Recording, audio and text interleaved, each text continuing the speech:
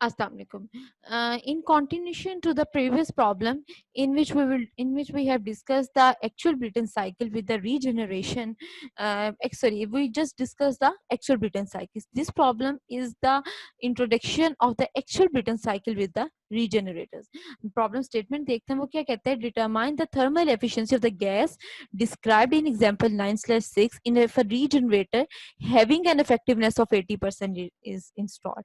अब हमारे पास यहाँ पे रीजनरेटर आ गया जिसकी एफिशिएंसी कितनी है या इफेक्टिवनेस कितनी है, डेट इज 80%. थोड़ा सा टॉपिक रिवाइज करते हैं. बेसिकली रीजनरेटर क्या था हमारे पास, there is a compressor. Compressor से जो इनपुट जा रहा है उसको, या सॉरी, कंप्रेसर से जो आउटपुट जा रहा है उसको before going into the combustion chamber it passes और it interacts with the exhaust of the turbine. वो एग्जॉस्ट जो है टरबाइन का उसके साथ इंटरेक्ट करता है. Let's say this is 1 2.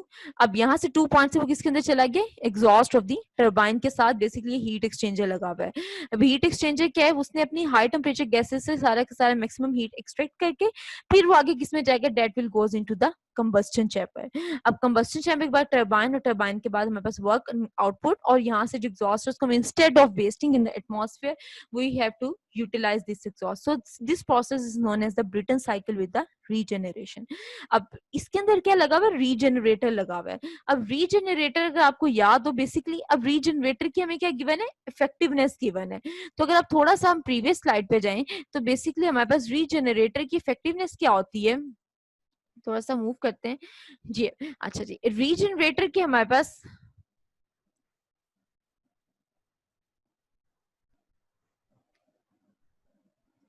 temperature rise of the air divided by maximum temperature difference in the regenerator to the air. अब कितना मैक्सिमम टेम्परेचर राइज हो सकता है एयर के अंदर टू द मैक्सिमम जितना टेम्परेचर अवेलेबल है.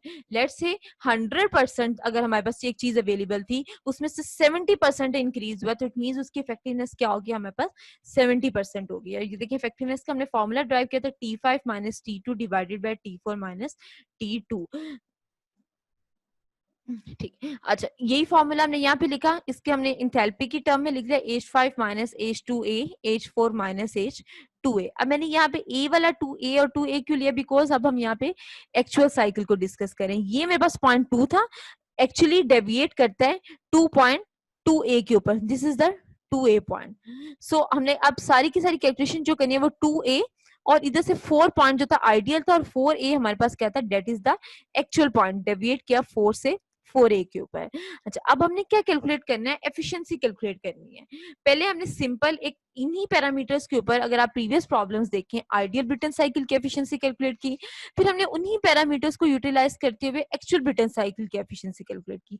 नेक्स्ट हमने क्या किया, सेम वही पैरामीटर्स को अंदर हमने क्या किया, रीजनरेटर लगा दिया. अच्छा, अब देखें प्रीवियस प्रॉब्लम्स हमने ये डाटा एक्सट्रैक्ट किया, हमारे पास H2A भी था H4A भी था, but there is unknown that is H5. तो हमने यहाँ से इफेक्टिवनेस गिवन थी by using the formula of effectiveness H5 - H2A divided by H4 - H2A.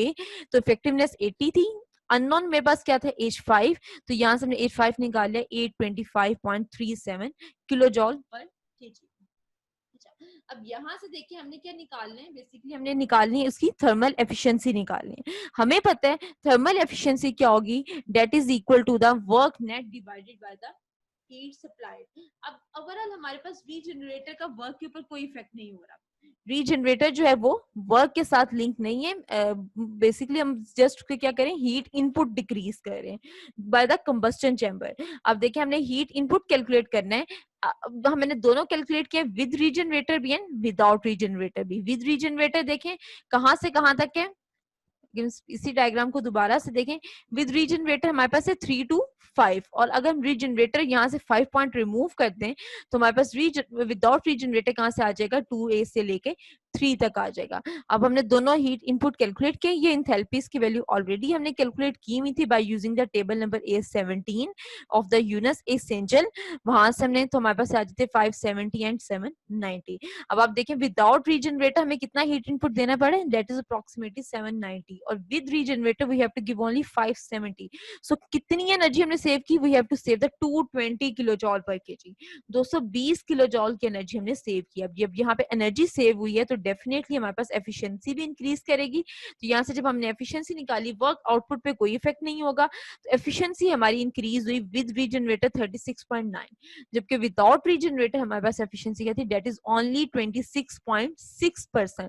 It means हमारे पास रीजनरेटर को ऐड करने से सिस्टम पे ओवरऑल कोई इफेक्ट नहीं होता, सिस्टम के वर्क आउटपुट पे कोई इफेक्ट नहीं होता, but there is effect on the efficiency, that the thermal efficiency is increase because of the less fuel provided. Fuel की कॉस्ट हमारे पास यहाँ मिनिमाइज होती है, एनर्जी कंजम्पशन कम होती है। उसके अलावा एटमॉस्फेयर के अंदर जब हॉट गैसेस एग्जॉस्ट में जाती हैं तो वो डेंजरस जो हमारे पास इससे पोल्यूटेंट्स होते हैं उनको हम ओवरकम कर सकते हैं। फिर लो टेम्परेचर गैसेस को हम एटमॉस्फेयर में डिस्चार्ज करेंगे, उनको हैंडल करना ईजी है।